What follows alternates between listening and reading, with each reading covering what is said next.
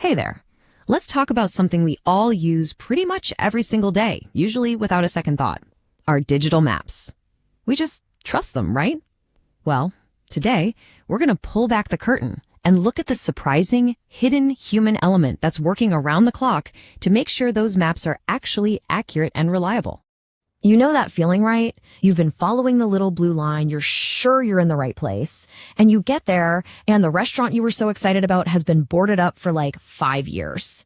It is so frustrating, and it really gets at this huge problem. How in the world do you keep a map of the entire planet up to date when things are changing every single second?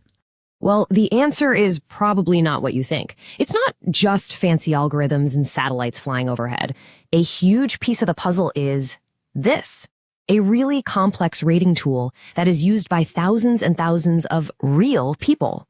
For these folks, this is basically the command center where the battle for map accuracy is fought and won, one search at a time. So who are these people? They're called search quality raters. And you can kind of think of them as these unsung heroes, these modern-day digital map makers. Their entire job is to look at the results our map apps spit out and meticulously check them to make sure they're not just accurate, but actually relevant and useful out there in the real world. All right, so how do they actually do it? Let's break down this tool and see what these quality detectives are looking at. Okay, so it all starts with the query, and that's just a fancy word for whatever you or I type into the search bar. The rater sees the exact search term, whether it's something super generic like ice cream or something crazy specific like LAX Terminal 7. And that right there, that's the first clue in their whole investigation. But just the query alone, that's not enough. The rater gets two other really crucial bits of information. They see the user location, where you are, and the viewport, which is the exact chunk of the map you were looking at on your screen. And trust me, that context is everything when it comes to figuring out what someone's actually trying to find. And then, of course, you have the result. This is the thing the map actually suggested. You know, that little card with the name, the address, all that good stuff. The rater's job is to take this result and basically hold it up to the light, comparing it against the real world and grading it on a whole bunch of different factors. So this whole thing isn't just random. It follows this really clear 3-step process. First, they have to understand what the user was trying to do. Second, they figure out if the result is relevant. And third, they check all the data to make sure it's accurate. And you know what? We're going to follow that exact same roadmap for the rest of this breakdown. All right, let's dive into part 1, which is arguably the most important, figuring out user intent. This is where the rater basically has to put on their detective hat, or maybe their psychologist hat, and figure out what someone was really looking for with that search.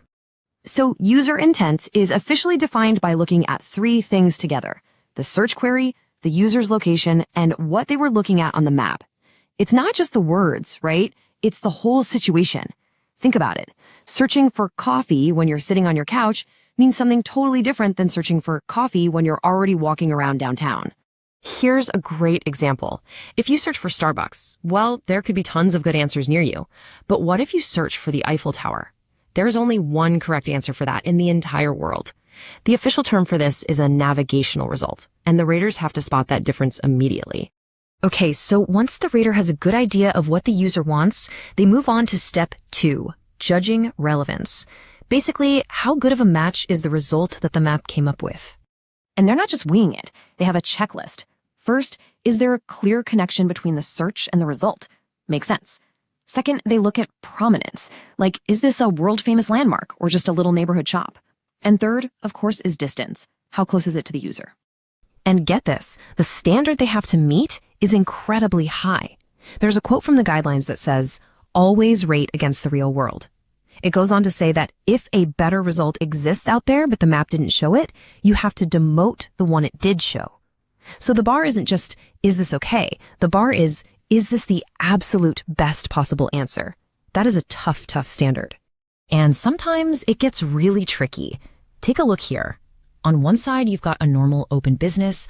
On the other, a McDonald's that's been flagged as permanently closed. Now, the rater has to make a judgment call. Is it still helpful to show this to the user? I mean, maybe.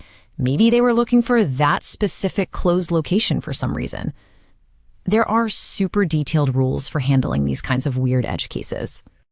All right, we've made it to the final step, And this is where things get really, really meticulous. After figuring out intent and relevance, the rater puts on their data detective hat and checks every single detail for pure accuracy. This accuracy check comes down to three main things, or pillars as they call them. 1, name accuracy. 2, address accuracy. And 3, pin accuracy. And they have to grade each one of these separately. So first up, name accuracy. This is where you see just how much attention to detail is required. The rater has to check the official name of the place. We're talking even a tiny misspelling or an extra word like the when it shouldn't be there. Boom, the score gets knocked down to something like partially correct. Then we have address accuracy. And again, they check every single part. The street number, the street name, the city, the postal code. They cross-reference it with official sources to make sure it's absolutely perfect. In this system, having the wrong street number is just as big a mistake as having the wrong city. And last but definitely not least is pin accuracy. And let's be honest, this is often the most important one for actually getting you to your destination. The rater literally zooms way in to check if the tip of that pin is on the right building, or better yet, right on top of the main entrance. The scores here range from perfect all the way down to just wrong. And this is really what it's all about, isn't it? We've all had that frustrating experience where the pin is just a little off, and it sends you to the back alley or the wrong side of the block. For a quality rater, making sure that pin is spot on is the final essential step to making sure you and I can actually trust the map. So let's zoom back out. When you put it all together, understanding what you want, checking if the result is relevant, and then verifying every tiny detail, what you have is this really powerful mix of smart algorithms and, crucially, human judgment. So really, the next time you use your map and it just works and you find that new cafe without a hitch, just take a second to think about this hidden world. It's not magic. It's the hard work of thousands of these search quality raters, making millions of tiny decisions that all add up to a map we can actually rely on. And that kind of leaves us with one last big question, doesn't it? In this age of AI that we're all talking about, it really makes you wonder, what other pieces of technology that we use every day are secretly powered by a hidden army of humans just quietly in the background, making sure it all works? Something to think about. Thanks so much for digging into this with me.